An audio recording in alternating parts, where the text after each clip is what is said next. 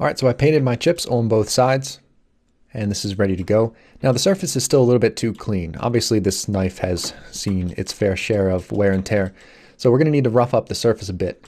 So let's go over to our layers and click on the actual black paint layer. Now go up to this menu and we'll add in a filter. And from the filter select here, let's scroll down and choose Matte Finish Rough.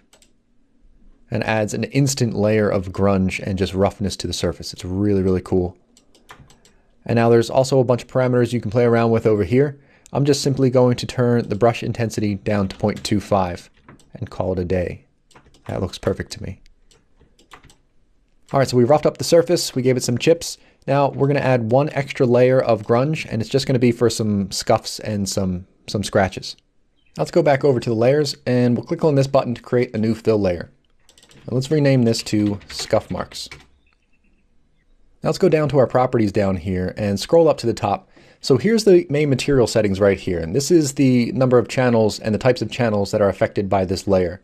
We just want to affect the roughness of the surface, just like our matte finish affected the roughness of the surface. So I'm going to disable everything except rough.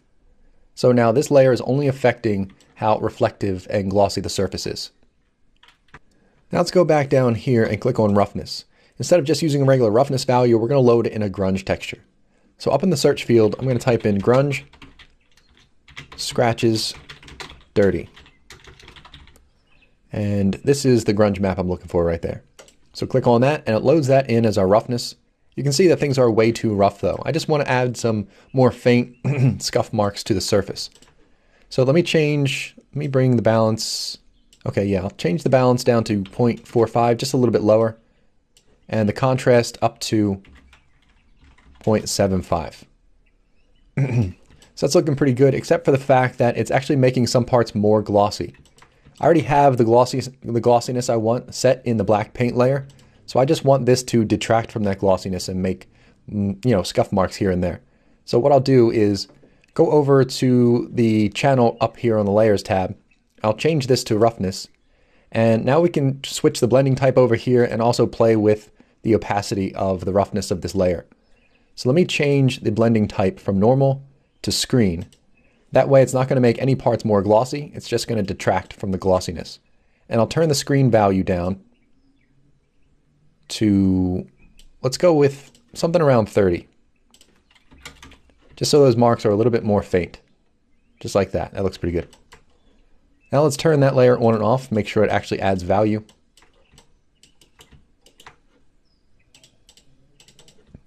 Yeah, I think that looks pretty good. So you can play around with those settings if you want, but I think I dialed it in how I want it to be. Now we're almost finished with the blade. We just have to add those text stamps at the bottom of the knife. Is that everything I wanted to do over here? Yeah. All right, first let's go up to the layer channels up here and we'll switch this back to base color. So now let's go up to File and let's import some resources for that. Let's click on Add Resources and we'll load in both Kabar Bump and USA Bump. And let's change the type of both of these files from undefined to alpha. That's actually important because that's how Substance Painter defines what these resources can be used for. And since we'll be using them as alpha channels for a paintbrush, I'm switching them both over to alpha. And I'll import the resources to my project. And then click Import. And now what we're going to do is use these as part of a paintbrush to paint that height information onto our blade. And we're going to do that on a new layer. So let's go over here and we'll click on that icon there to add a layer. And this is just a regular paintable layer. This isn't a fill layer. And I'll rename that to Text Stamps. And let's scroll down to the bottom of our properties over here now. And right here, we only want this to affect the height channel. So let's disable all the other channels. And let's change the height to something negative so this actually engraves. So it'll be real small. I'll put it at negative 0.05 and we'll see how that works out. Now let me scroll up to the alpha here. Now all we have to do to load one of these images into that alpha is just simply left click on it over there and it automatically puts it there for us. And now as you can see, it's part of our brush. And now what we'll do is straighten this view out. So let me go up to orthographic view here. Then I'll hold Alt and Shift, left click until this view flattens itself out for me. And now we can paint this on there. So let me resize this now. I'll hold Control, right click and drag until that's the right size. I think something like that looks about right. Maybe a touch bigger, just like that. And I'll center it right in this region. and then left click. And there we go. Cool. Now let's swing around to the back and do the same thing with USA. So I'll hold Alt and Shift and left click and drag until we have a perfect view of the back here. And now I'll hold Shift and right click until the lighting is in the back. And now let's click on USA 1211 and we'll resize this by holding Control, right click and then drag left until this is about the right size. I think that looks good. And I'll center it right in there and then left click. So there we go, we got both of our text stamps. Now let's add some wear and tear around the edges of this height detail. So let's go over to the layers and we'll add an effect to this. So go up to the effects menu and add in a filter. And from the filters, let's choose Matte FX Matte FX Detail Edge Wear. So left click on that. And this is going to allow us to add some edge detail and some edge wearing to things like normal maps and height maps. Right now, the input mode is set to normal. So let's switch that over to height. And you can see it's giving us some damage. Now let's go down to settings, and right now all the wear is at the bottom of these letters. So let's get that up on the rims. So let's enable invert curvature. And right now it's way too extreme. So let me turn curvature intensity down to 0.15. And let me scroll up. Now I'll also decrease the wear level to get the right look I'm going for. I just want a hint of that wear around these letters. And that looks good to me. And right now it's just basically white. It's not the steel behind the black paint because this isn't acting as a mask. So we're going to need to basically mimic the steel material behind the paint. So let's go into the material settings here and expand PBR metallic roughness. We'll change this to a gray, same as the actual steel material we have. And metallic set to 1. Let's turn roughness to 0.25, the same roughness we have on our steel material. And that just helps it blend in a little bit better. So we're done with the blade, and now we're just going to use the same material for the handguard and the pommel. So let me go over here. I'll click on scuff marks, hold Shift, select black paint and steel, then press Ctrl and C to copy them. Now let's go down and expand the handguard folder, click on the fill layer in there, and then press Ctrl and V, and it'll paste those layers we copied above that. Now we can go down and we can delete that fill layer. We don't need that anymore. Now you can see only the steel showing up here. And that's because we have to go over to our mask right there, click on that, and our metal edge wear here is set to multiply. That's because we're using that in order to mask out the edge of the knife over there. So let's reset this back to normal, and there we go. So you can change the edge damage if you want by editing this generator there, but I think everything looks good as is. So now we can just move on to the handle. So we'll need to go into our handle folder, but let's close the other ones up first. So I'll click on blade to close that and handguard as well. And let's expand the handle folder. Now let's go over to our shelf, scroll down and click on smart materials. This is just a collection of more advanced materials. And I'll scroll down, we'll click on rubber dry and drag that up and on top of the fill layer in the handle folder. So this will be the base rubber material we'll be working with. We're done with this layer underneath it, so I'm going to select that and press delete to get rid of it. And then let's expand the rubber dry folder. So I want to change the look of things just a little bit, and we're going to do it on this layer right here. So I'm going to click on the mask for rubber worn there. And then it has a mask generator there. I'll click on that as well. And let's change this generator. So I'll click on that option and we'll change it over to a metal edge wear generator. And you can see that changes up the look a little bit. Now we'll just edit this until we like it. Let's change the wear contrast down to 0.25. That looks a little bit better. I didn't really want it to look scratched up. Just want it to look like there's some caked dirt on there and then it's dry rubber and stuff like that. And now let's go up and click on the actual rubber worn layer. Now let's change the height value and the roughness value on this. So I'll change the height value to something small, 0.05. Gives it just a tiny bit of height detail. And we'll change the roughness value down to 0.5. So things are a little bit shinier. Oops, I didn't actually change that. There we go. All right, that's not bad. Let me tab into full screen now and check things out. It's looking pretty good. Let me switch back over to perspective. And I'll hold Shift and right click and drag to move the light around, see how things look.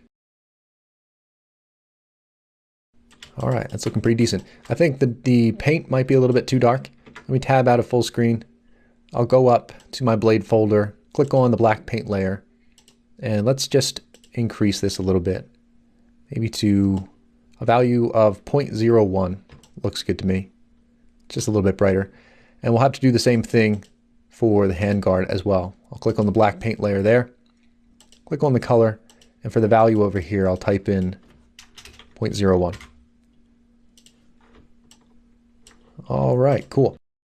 Now let's do one more thing. If you scroll down and zoom into the pommel here, you can see that the height detail from the rubber handle is actually poking through. That's because the pommel is not masked out on the handle layer, so all that height detail is combining. So what we'll do to fix that is just go over here, click on the handguard and pommel layer, and let's switch to the height channel for the layers. And let's change the blending type to replace. As you can see, that fixes that because now the height detail for the handguard and pommel layer is overriding that of anything underneath it. Now let's go back here and we'll switch this back to base color. And now what we're going to do is add a general dirt layer over everything. Now let's go over here and we'll collapse all of our folders and select the top one so we can add a new layer above it, and click on this button to create a new fill layer. Now let's go over to our materials and let's choose something that looks like dirt. Leather bag is surprisingly a nice looking dirt material. So I just left clicked on that and it automatically assigns itself to the fill layer. So our knife obviously now needs some kind of mask to show it where the dirt should go. So let's go over and play with the smart masks over here in the shelf. So all these smart masks are really cool. You can just left click and drag them on the layer and they'll automatically apply these really cool masks to it. So you can play around with these. I find sharp dirt to work really well, but there's other cool ones too. Like we can choose moss from above, drag and drop on there, and it'll be dirtier at the tip of the knife and get less dirty as it goes down. Let me press Control and Z. So that's pretty cool, but I'm gonna go with, where is it? Sharp dirt. So I'll left click that and drag it over to the fill layer. And now it's giving me some dirt around the crevices, like at the bottom of the blade and in the ridges in the handle. So that's exactly what I wanted. Let me drag this down now. I think we're done with that. And let's go over and select our dirt generator here. And is that the right one? Let me scroll up to the top. Yeah, here we can control the dirt level. I'm just going to add a little bit more. So let me play with the dirt level. And it starts adding it kind of all over, which is exactly what I want, but maybe not quite as much as that. So I'll bring it to a value of 0.5. All right, that looks pretty cool. Let's play with the height value of this as well. So let's go up and click on the actual layer here for the dirt, not the mask. And let's scroll down, expand technical parameters, and we'll change the height position here from 0.5, which is neutral, basically no height up or down. We'll change that to 0.51, just for a little tiny extra detail. Catches the light a little bit better. Now I just want to make a quick note about the handle here. Let me zoom in real quick. So on the side of the handle, you can see that there's seams going down the middle. I think this is being generated by the curvature map. Even though we disabled seams for that, there's still a hint of them there. Now we could probably fix this, but these handles in real life actually do have a little seam there, so I'm going to leave it. And another quick note about the texture going through the seams. You can see that's not going through seamlessly, which again would make sense for this type of handle since it's two parts being pasted together and we have a seam in the middle. But just in case you wanted your textures to go through seamlessly, I'm going to show you how to do that real quick. So the texture we have here is from the edge wear on the handle. So let me go to the handle. I'll expand that and go down to, where is it? The rubber worn mask right there, and then click on the metal edge wear generator. Now there's an option here called use triplanar. Wherever you see these options, if you turn that on, then it's not going to make the textures based on the UVs. It'll make the textures in such a way that it'll go right through the UV seams. So you can see that's going through the middle of the handle seamlessly now. But I'm going to keep that turned off. But just keep that in mind wherever you see that option. That'll enable you to allow your textures to go through seams seamlessly. Now let me show you how to export the textures for this, and then I'll show you how to render it in Substance Painter. So let's go up to File, go down to Export Textures, and up here you set the folder you want to export to, as well as the format for the images. And here's our configuration. It's set to our project configuration, which is Unity 5. And let me expand this. So down here is the maps that are going to be exported. I'll explain them in a minute. And over here we have the document size. And like I mentioned before, you can actually increase that size and Substance Painter will recalculate your textures without any quality loss. So I'll leave that set to 2K though. Now let's go over to configuration and I'll go down to the one we chose, which was Unity 5 Standard Metallic. So by default, these are the maps that are exported under this configuration. We have our albedo and transparency. We have the metallic information in this image saved to the RGB channels and the smoothness information saved to the alpha channel. Then we have our normal map here, which also includes the height information. You're not going to get a separate height map out of this export. That's going to be combined with the normal map. And then an emission map if you have emission materials. Now let's say you wanted to include ambient occlusion as an exported map as well. To do that, let's create a new gray map. And then over in the mesh maps, left click and drag ambient occlusion over to the gray channel, and then choose gray channel. And now let's rename this. Let's give it the same naming convention as the others. So I'll copy that text, paste it there, and just rename the suffix to AO. So now this configuration is going to export an ambient occlusion map as well. Now, if you don't want to export maps to Unity and you want to export maps for a more general PBR metal roughness workflow, then let's switch over to that configuration here. And you'll see we have our basic color map there: roughness, metallic, normal, height, emissive, all the things we can easily use in programs like Blender. So let's create the ambient occlusion map for this as well. So I'll click gray under create, drag ambient occlusion from mesh maps over onto there, choose gray channel. And again, we'll copy and paste that name over and switch the suffix to AO. So now we've changed that configuration as well to include exporting an ambient occlusion map. Now, if you're using this configuration, there's one thing to keep in mind, and that's the kind of normal map being used. Right now, you can see that normal map for DirectX is being used, but if you want to use this in Blender, we're going to have to change this to normal OpenGL. So what I'll do is just click on that, drag it onto the RGB channel of the normal map there, and then choose RGB channels. So now we'll be rendering out a normal map for OpenGL, so we'll be able to use that in Blender. Now we have to go back to our Export tab and choose whatever configuration you want to export, and then we will just click on Export. Now you can see it popped up with a warning, and you can see that in the log below here. It says map knife low, material emissive can't be generated. Well, that's because we don't have any emissive information, so you can just ignore that. And I'll click on Open Folder, and we'll check out the maps we've got. Now make a note that when you export textures, the height detail is combined into the normal map. So you don't actually have to export a height map unless you're using it for displacement. So I did a quick test render, and I wasn't crazy about all the grunge and the dirt, so I simply turned that stuff down to achieve a cleaner look. And if you want to get the same results as me, I'm going to quickly show you the settings for each of my masks and textures. So let me go over to the layers, and I'll click on the mask for the dirt layer and go down to the MG Dirt generator. So these are the settings for that generator. If you want to copy these over, then you can pause the video now and copy them. And now let me go down to the blade folder. I'll expand that. We'll go down to black paint and go to let's click on the mask for that and click on the metal edge wear generator, and these are the settings for that. And now let me go to the regular black paint layer, and I'll go down to the matte finish rough filter, and these are the settings that I changed for that. I think I just lowered the brushing intensity for this. And now let me go down to the handle. I'll expand that. We'll go down to the rubber worn mask and click on the metal edge wear generator, and these are the settings that I changed here. I think I might have just lowered the contrast. And so basically I just turned the dirt down and the metal edge wear, and it gave me a cleaner look, and I think that looks a lot better in the renders. So that's what I'm going to stick with. So once you've got your textures dialed in, what we're going to do now is just make a nice render in Substance Painter. So let's go up to the top right here, click on the camera icon to activate the iRay renderer. So at the top right panel here, we have our render settings. You can set your number of samples, or you can set your max time, and whichever maximum it reaches first, the rendering will stop. You can always pause the rendering at any point as well, and at any point you can save the render too. You don't actually have to let it finish all of the iterations. And down here you have the resolution settings. By default, the viewport size is the resolution, but you can override that by enabling that option and typing in your own resolution settings there.